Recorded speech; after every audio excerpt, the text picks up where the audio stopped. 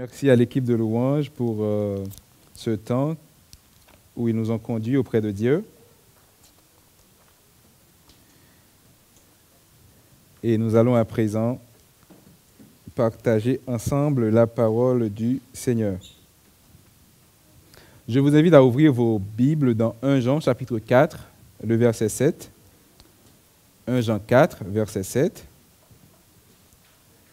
Je lis pour vous. Mes chers amis, aimons-nous les uns les autres, car l'amour vient de Dieu. Celui qui aime est né de Dieu, et il connaît Dieu. Qui n'aime pas n'a pas connu Dieu, car Dieu est amour.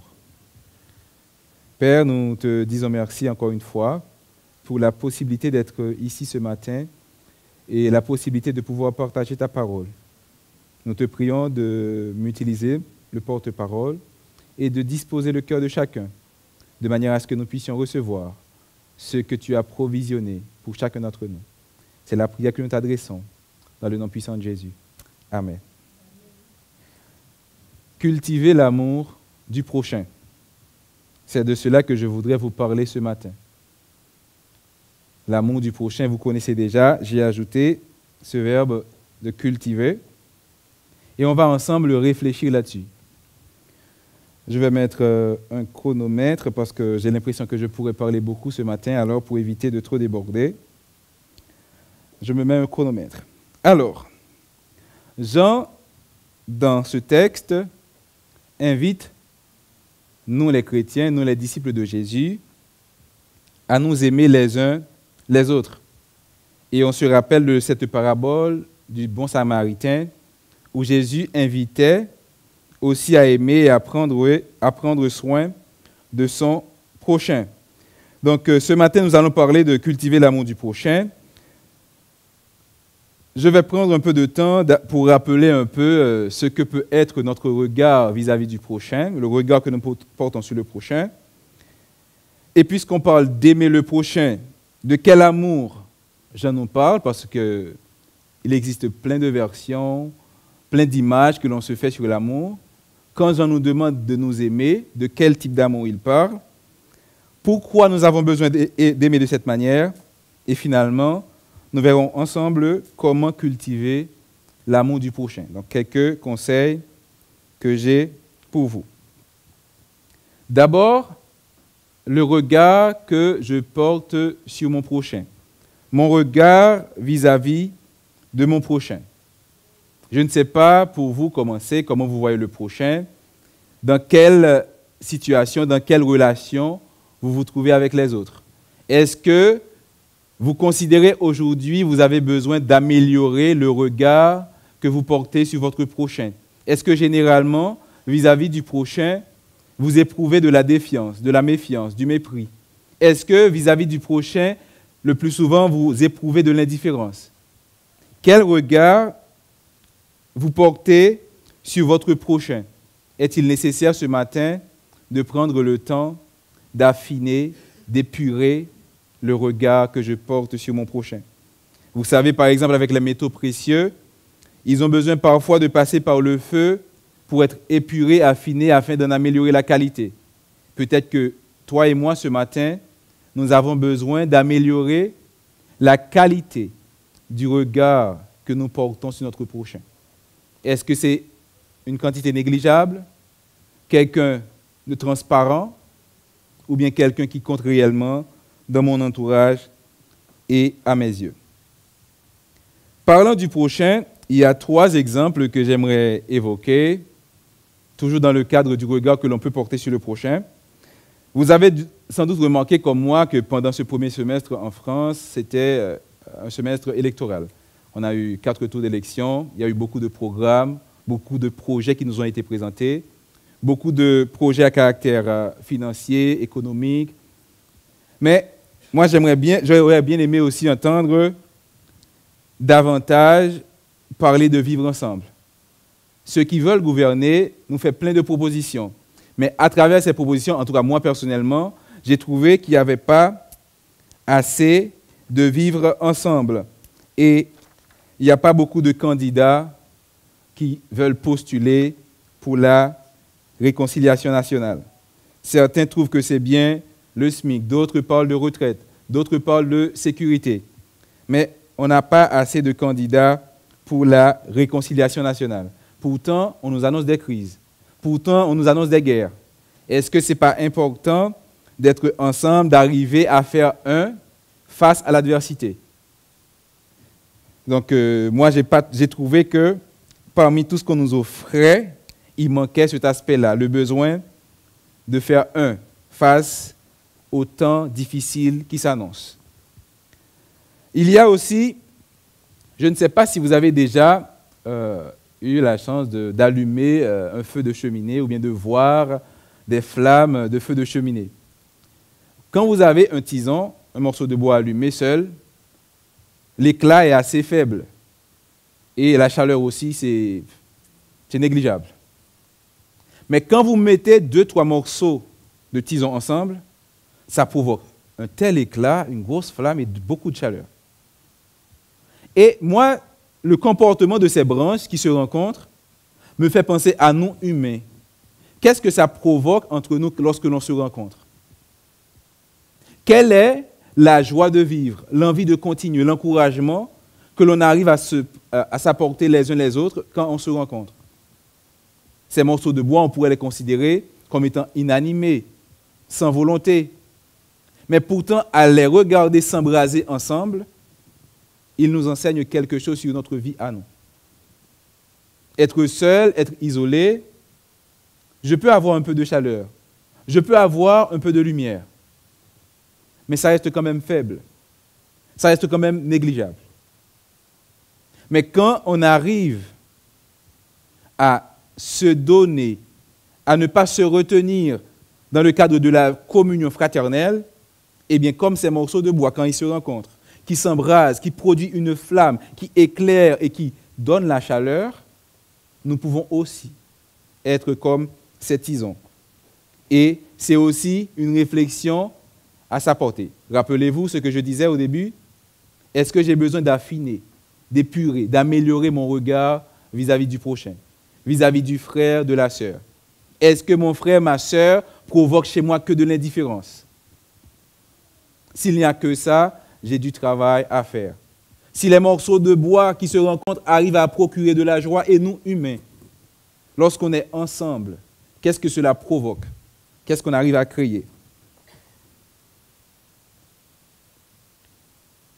Vendredi dernier, j'avais assisté une famille que l'on connaît qui a perdu un enfant. C'est une famille d'une église où l'on a été à Fondary. Et bon, quand j'ai appris cela, ça m'a vraiment touché et je voulais quand même saluer la famille et assister aux funérailles. Quand je suis arrivé là-bas, il y avait des visages que je n'avais pas vus depuis très longtemps, peut-être 5-6 ans, depuis 2016, 2017, on va dire. Et les voir, c'était un temps de deuil. Moi, je me rappelle, bon, on projetait quelques images de la vie de l'enfant. Ça m'a pris quelques larmes parce que c'était très émouvant.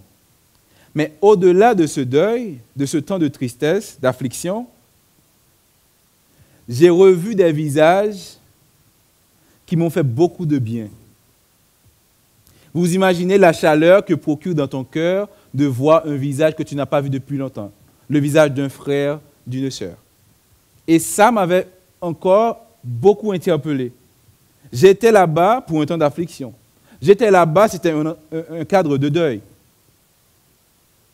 Mais chacun, en se revoyant, on s'est rappelé des choses qu'on a vécues et ça a provoqué quelque chose.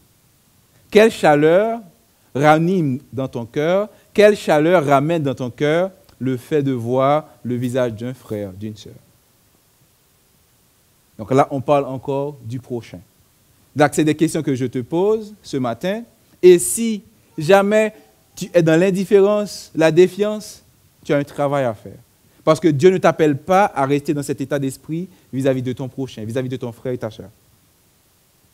C'est l'une des choses que Jésus nous demande, d'aller vers l'autre, d'accorder de l'importance à l'autre. Et on va voir plus loin qu'est-ce qu'il nous dit concernant l'amour du prochain.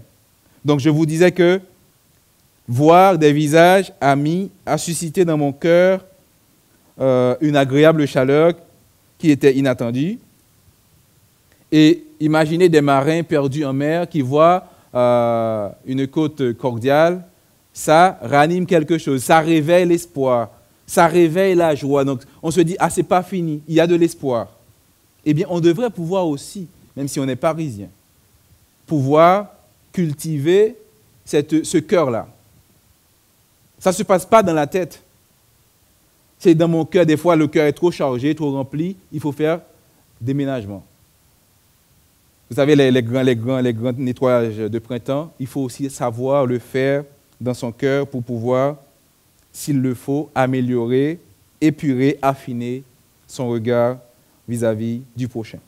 Ça, c'était pour le prochain. Maintenant, Jean nous dit, aimez-vous les uns les autres. Aimons-nous, il s'inclut dedans. Aimons-nous les uns les autres. Alors, de quel amour s'agit-il? Il y a beaucoup de romans. Moi, quand j'étais petit, je lisais beaucoup de romans. Parfois, il y avait des petits romans de 150 pages. Pour moi, un après-midi suffisait pour les lire parce que c'était tellement captivant. Il y avait un jeu de l'amour, la fille qui hésitait, l'homme qui était timide. Ils s'aiment, ils se fâchent, après ils se réconcilient à la fin. Donc c'était un peu comme ça l'histoire de mon temps. Je ne sais plus comment c'est maintenant, mais de mon temps, c'était comme ça. Et j'aimais trop ces romans. Il y avait plein d'autres. Il y avait les films qui nous parlaient d'amour. Le dimanche soir, un film d'amour, c'est quelque chose. Mais dans la Bible, lorsqu'il est question d'amour, et surtout d'aimer son prochain, de quoi la Bible nous parle-t-elle? De quoi est-il question ici? Allons dans Matthieu 22, versets 37 à 39. Dans Matthieu 22, versets 37 à 39, nous avons une première réponse à cette question. De quel amour est-il question ici? Matthieu 22, je lis pour vous. Jésus lui répondit, « Tu aimeras le Seigneur, ton Dieu, de tout ton cœur, de toute ton âme et de toute ta pensée.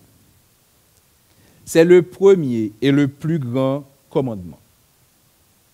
Le premier et le plus grand commandement, aimer Dieu de tout son cœur, de toute son âme et de toute sa pensée. » Jésus ne s'arrête pas là. Voici le second qui lui est semblable. Le plus grand commandement et son semblable. Tu aimeras ton prochain comme toi-même.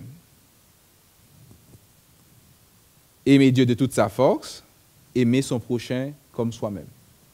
Donc Jésus valide l'amour du prochain. Maintenant, comment de manière plus concrète on voit dans la Bible l'exercice de cet amour? Dans Lévitique 19, 18, l'Ancien Testament, on peut lire « Tu ne te vengeras point et tu ne garderas point de rancune contre les enfants de ton peuple. Tu aimeras ton prochain comme toi-même. » Ici, l'idée envoyée, c'est que même quand quelqu'un me fait mal, je ne dois pas chercher à me venger. Ah, quel type d'amour? Ne pas cultiver la rancune. Ça embarrasse le cœur, ça encombre. Ça nous prend de l'énergie. Et ça ne nous permet pas non plus d'avoir assez pour développer d'autres sentiments plus positifs. Donc, il ne faut pas garder la rancune, il ne faut pas chercher à se venger. Et dans le Nouveau Testament, Romains 13, versets 8 et verset 10, écoutez ce que Paul dit aux Romains, toujours en ce qui concerne l'amour du prochain. Ne devez rien à personne, si ce n'est de vous aimer les uns les autres. La seule chose que vous devez à quelqu'un, c'est l'amour. Car celui qui aime les autres a accompli la loi. Vous comprenez ce qu'il est question ici? Parce que la loi, quand tu violes la loi, tu es en infraction. Tu as une dette à payer. Et là, ce que Paul nous dit, si tu sais aimer, tu as accompli la loi. Donc tu n'as plus aucune autre dette. Si tu es capable d'aimer l'autre, considère que tu as accompli la loi. Et c'est d'ailleurs ce que Jésus a dit lorsqu'il a résumé « Aimer Dieu et aimer ton prochain ». Verset 13, toujours Romains 10, Paul nous dit ceci, « L'amour ne fait point de mal au prochain. L'amour est donc l'accomplissement de la loi. » Voilà de quel amour dont il est question ici. Chercher le bien de l'autre. éviter de lui faire du mal. Ce n'est pas vérifier si tu as des papillons dans le ventre ou bien si tu provoques des papillons dans son ventre. Mais c'est de manière altruiste, désintéressée, rechercher son bien au mieux et, à minima, éviter de faire du mal à l'autre. Et pour terminer avec les textes parlant de l'amour du prochain, nous avons encore Paul dans Galates 5, verset 14, qui dit ceci: « Car toute la loi est accomplie dans une seule parole. Et cette parole, c'est celle-ci: tu aimeras ton prochain comme toi-même. » Et on pourrait se poser la question, est-ce que l'on s'aime aussi? Pour aimer le prochain, je dois être déjà capable de m'aimer moi-même. Et on a grandi parfois dans des sociétés qui nous présentent des modèles, qui nous disent voilà l'image, voilà l'idéal. Et quand on se compare parfois avec l'idéal, on se dit ah, il y a un problème. Je ne sais pas si j'ai déjà partagé cette histoire avec vous. C'est une fois je regardais un match de foot et après le match, bon, à la mi-temps, il y avait des chansons un peu hip-hop, donc truc américain. Et il y avait des filles qui dansaient. Et un des hommes, spectateurs, qui regardait, il a dit « Ah, mais si ça, c'est des femmes, mais moi, j'ai quoi à la maison ?» Des fois, on est tellement dans cette logique à se comparer avec ce que le monde nous vend qu'on a du mal à s'accepter. On a du mal à s'aimer. Et si je ne suis pas capable déjà de m'aimer, ça va être compliqué d'aimer les autres. Pourtant, la Bible ne me demande pas de juste aller aimer. Mais je dois aimer comme je m'aime moi-même. D'abord m'aimer et ensuite aimer l'autre. Et pour m'aimer, parfois, j'ai besoin de sortir les images que me vend le monde pour pouvoir m'aimer comme Dieu m'a fait, comme Dieu m'accueille. Donc voilà ce qu'il en est de l'amour du prochain. Et pourquoi devons-nous aimer? Pourquoi Jean nous invite à aimer? Je reviens au verset 7 de Jean 4. Chers amis, aimons-nous les uns les autres, car l'amour vient de Dieu. Celui qui aime est né de Dieu et il connaît Dieu. Pourquoi j'ai besoin d'aimer? Pourquoi Jean nous invite à aimer? Il nous dit, il nous faut aimer parce que l'amour vient de Dieu. Donc, je l'accepte parce que c'est quelque chose qui vient de Dieu. En tant que disciple de Jésus, en tant que fils et fille de Dieu, j'accepte, j'obéis, je reçois, je vis ce que Dieu me donne. Et il rajoute, l'amour vient de Dieu, il rajoute, celui qui aime est né de Dieu. Vous connaissez Jésus qui parlait avec Nicodème, qui parlait de nouvelle naissance. Il faut naître de nouveau pour avoir la possibilité de voir Dieu. Eh bien, savoir aimer, avoir un cœur aimant, c'est pour moi un indicateur que je suis né de Dieu. Si je ne suis pas capable d'aimer, eh bien, j'ai des efforts à faire. Je ne dois pas l'accepter. Je ne dois pas me contenter, me dire, il n'est pas gentil. Il est méchant, comme les enfants font. Je dois pouvoir dépasser cet état d'esprit et arriver à aimer. À aimer comme la Bible me demande d'aimer. Et on a vu ce que c'est. C'est d'éviter de cultiver la rancune. C'est d'éviter de rechercher la vengeance. C'est d'éviter de faire du mal, ou plutôt de chercher le bien de l'autre. Ce n'est pas être fan de quelqu'un. Ce n'est pas d'être obnubilé par quelqu'un. Aimer selon Dieu. Et moi, si je suis passé par la nouvelle naissance, je dois toujours veiller à avoir un cœur aimant. Ne pas laisser la place aux sentiments négatifs, aux sentiments qui encombrent, qui empêchent d'aimer comme Dieu veut que nous aimons. Donc, celui qui aime est né de Dieu. Donc, de manière stricte, on pourrait dire que nous qui sommes enfants de Dieu, nous avons cette nouvelle naissance. Et on pourrait aller même plus loin. En tant que créature de Dieu, nous sommes aussi capables d'aimer. Parce que c'est Dieu qui nous a fait.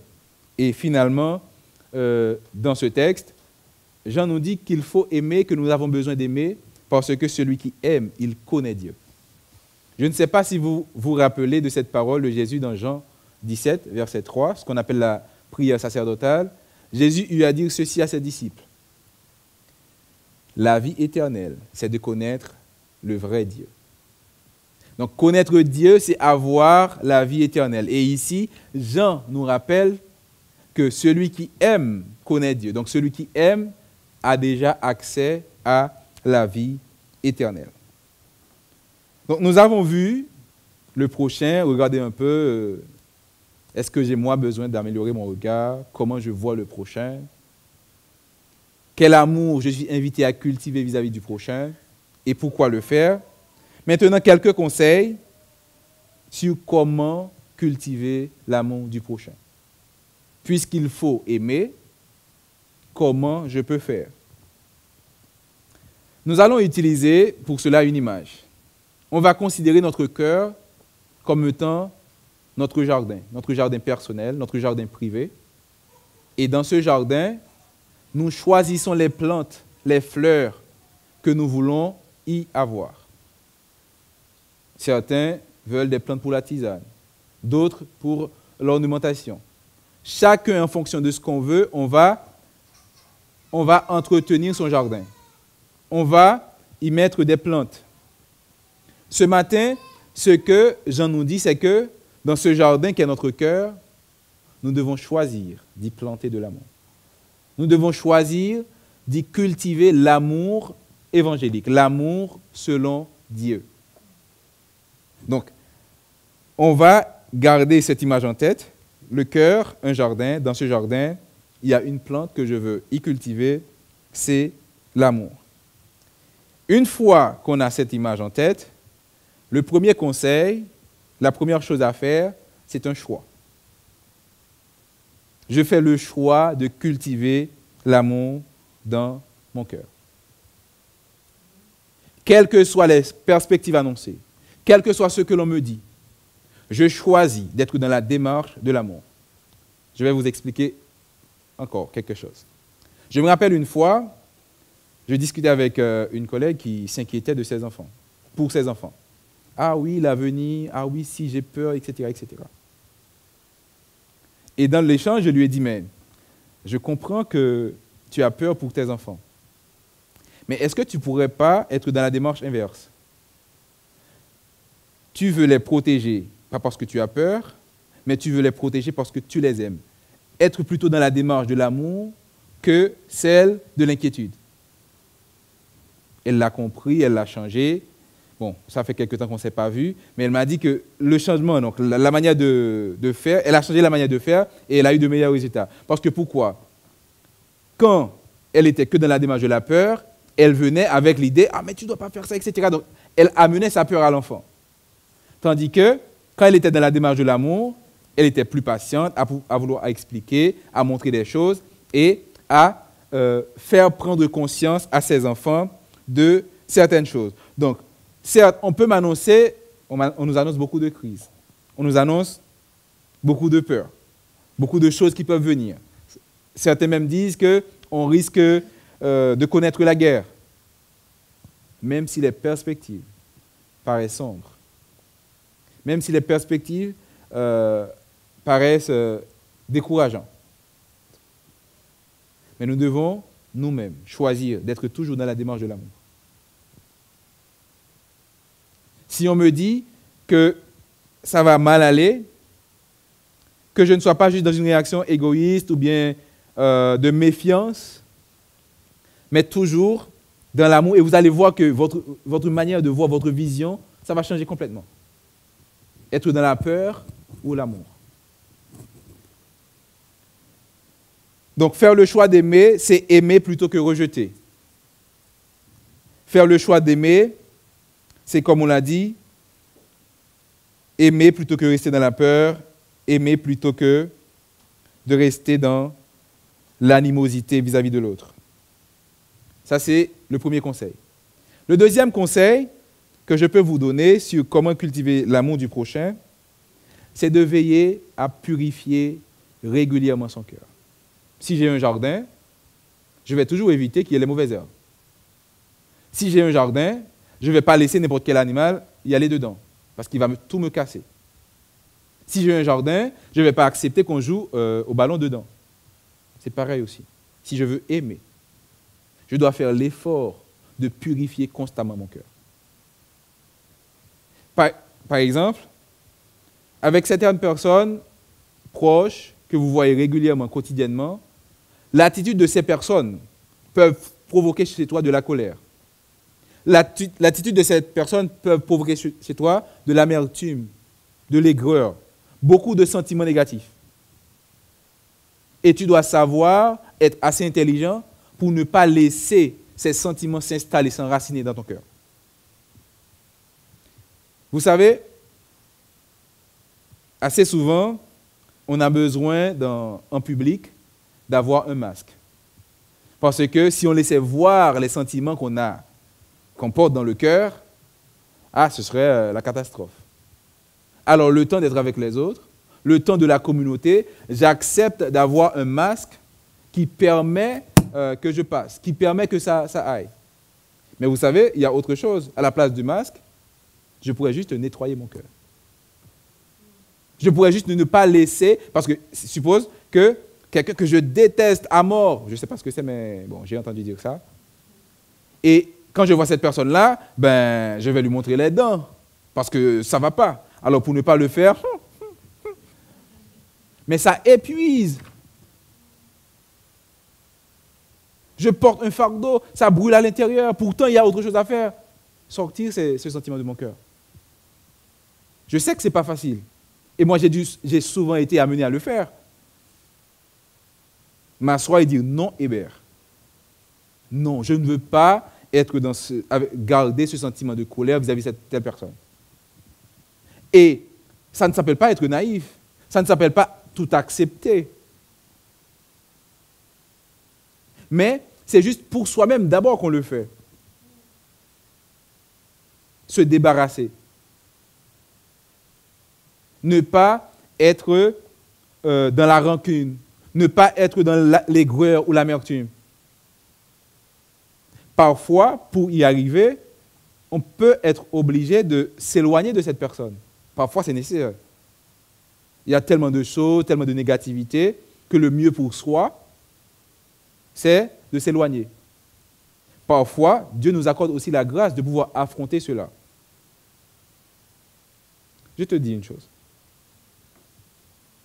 Ta colère, elle est légitime. La personne t'a réellement blessé. Il ne faut pas croire que ce n'est pas dur, ça fait pas mal. Mais ce qui est important, c'est que tu as intérêt à te soigner. Parce qu'une blessure que tu laisses sans soin, s'empire. Et je ne sais pas si tu as remarqué, parfois, on dit souvent que les villes changent les personnes. Qu'est-ce qui arrive? C'est qu'à la campagne, tu as plus d'espace, tu respires mieux, tu es moins confronté aux autres, tu as plus de temps pour être toi-même, tu vois, donc c'est mieux, la nature. Mais dans la foule, il n'y a pas 5 secondes, quelqu'un t'a énervé, tout de suite après un autre, donc tu n'as pas le temps d'encaisser. Et à la longue, on a souvent remarqué que les personnes qui sont peut-être gentilles à la campagne deviennent plus dures dans la ville parce que le milieu les a transformés. Et nous, ce qu'on peut faire avec l'aide du Saint-Esprit, c'est de ne pas laisser ces mauvaises herbes prendre racine en nous. Donc, se purifier régulièrement, se purifier constamment le cœur des mauvais sentiments. Comme on fait pour son jardin, on désherbe lorsqu'il le faut. Et ne pas laisser les mauvais sentiments accumuler. Jésus nous dit une chose. L'homme bon tire de bonnes choses de son cœur, du bon trésor de son cœur. Mais ce trésor, si je veux que dans mon cœur il y ait un trésor, il y a des sentiments que je ne dois pas laisser s'y installer. Ce n'est pas une question de faiblesse, non. Je refuse d'être dans la haine de quelqu'un. Je refuse d'être constamment en colère contre quelqu'un. C'est mon choix. J'ai autre chose à faire avec mes sentiments, j'ai autre chose à faire avec mon énergie, et je ne vais pas m'investir à détester quelqu'un. Je ne vais pas passer mon temps à me laisser contrarier par quelqu'un d'autre. Il y a trop de choses à faire. Et faire ce choix-là, ce n'est pas une preuve de faiblesse. C'est juste que je choisis mes combats. Je choisis où investir mon temps et mon énergie. Donc, purifier son cœur, c'est important. Troisième et avant-dernier conseil, c'est aimer sans condition. Si tu commences par poser des conditions pour aimer, ça peut être compliqué après. Je parle bien sûr de l'amour évangélique. Après, pour les autres amours, donc tu peux aimer la glace, tu choisis tes parfums, ça c'est toi. Mais quand on parle de l'amour du prochain, il faut être capable d'aimer comme Dieu, aimer sans condition. Jean 3, verset 16, car Dieu a tant aimé le monde, il a donné son Fils unique. Il n'y a pas eu de raison. Dieu ne s'est pas fait une raison pour nous aimer. Et nous aussi, nous devons être capables d'aimer sans regarder le passé de la personne, ni sans s'intéresser à son futur. Sans s'intéresser à son passé, ça veut dire être capable de pardonner, ne pas voir ce qu'il a fait et rester figé là-dessus, bloqué là-dessus, accepter de pardonner, et aussi sans attendre quelque chose en retour. Donc l'amour se vit au présent. Aimer sans condition, c'est aimer au présent. Je ne suis pas là à dire « Ah, mais lui, il avait fait ça, tu ne te souviens pas ?» « Ah, mais lui, attention, j'ai l'impression qu'il va faire ça. » Donc, non. Ah, si tu l'aimes, il ne va pas t'aimer en retour. Si tu l'aimes, il ne va rien te ramener. Donc, aimer, d'après Dieu, ça se vit au présent, sans regarder le passé, malgré le passé, et qu'importe le futur, je fais le choix d'aimer ici et maintenant. Et dernier conseil, toujours pour cultiver l'amour, ça passe aussi par le fait d'être dans une démarche d'enseignement par l'exemple. Surtout si on est entouré d'enfants, il faut être capable de prêcher l'amour par notre comportement. Assez souvent, les mots que l'on peut être amené à prononcer, les qualificatifs que l'on peut utiliser pour désigner les autres, peuvent beaucoup impacter la manière de réfléchir des enfants et rendre plus compliqué pour eux à l'avenir d'avoir ce cœur aimant, ce cœur disposé à aimer comme Dieu nous invite à le faire. Donc, éviter par exemple de cultiver les préjugés sans pour autant encourager la naïveté. Donc voilà quelques conseils pour cultiver l'amour du prochain et Dieu, dans sa grâce, ne manquera pas de vous aider, j'espère, pour aller dans ce sens-là, pour progresser toujours dans l'amour selon son cœur. Je vous avais dit au début que dans l'offre politique qu'on nous avait faite, on nous a parlé de beaucoup de choses, mais pas assez. Bon, en tout cas, moi, je n'ai pas trouvé assez de réconciliation nationale ou de vivre ensemble. Et moi, je pense que nous avons beaucoup plus à gagner dans une société où règne le respect et l'estime réciproque. Il y a plus de gains sociaux dans une telle société que dans un montant de SMIC ou de retraite. Bon, c'est mon avis. Il ne faut pas négliger le montant de son SMIC ou de sa retraite. Mais le vivre ensemble doit être un engagement supplémentaire de la part de tout un chacun. Et pour nous surtout, disciples de Jésus. Il ne s'agit pas de négliger les autres aspects économiques et financiers de la vie, mais nous, disciples de Jésus, nous devons nous engager pour le vivre ensemble. Faisons le choix d'aimer. On l'a vu, parfois il faut peut-être changer, parfois il faut affronter, mais quel que soit ce que nous faisons, soyons toujours motivés par l'amour. Face à la peur, face à l'incompréhension, face à parfois l'ignorance, la non-reconnaissance de nos mérites, soyons capables de répondre par le calme et la sérénité d'un cœur aimant. Quel que soit ce que l'on nous oppose, quelle que soit la situation, à la place de la colère, à la place de l'amertume, présentons à l'autre la réponse d'un cœur, la réponse calme et sereine d'un cœur aimant. Je vais terminer avec 2 textes bibliques que je vais lire pour vous. Le premier, c'est dans 1 Pierre 3, verset 9. Il est dit ceci: « Ne rendez point mal pour mal, ou injure pour injure. Bénissez au contraire. car c'est à cela que vous avez été appelés, afin d'hériter la bénédiction. À présent, Romains 12, 17 à 21. Ne rendez à personne le mal pour le mal. Recherchez ce qui est bien devant tous les hommes. S'il est possible, autant que cela dépend de vous, soyez en paix avec tous les hommes. Ne vous vengez point vous-même, bien-aimés, mais laissez agir la colère, car il est écrit, « À moi la vengeance, à moi la rétribution, dit le Seigneur. » Mais si ton ennemi a faim, donne-lui à manger.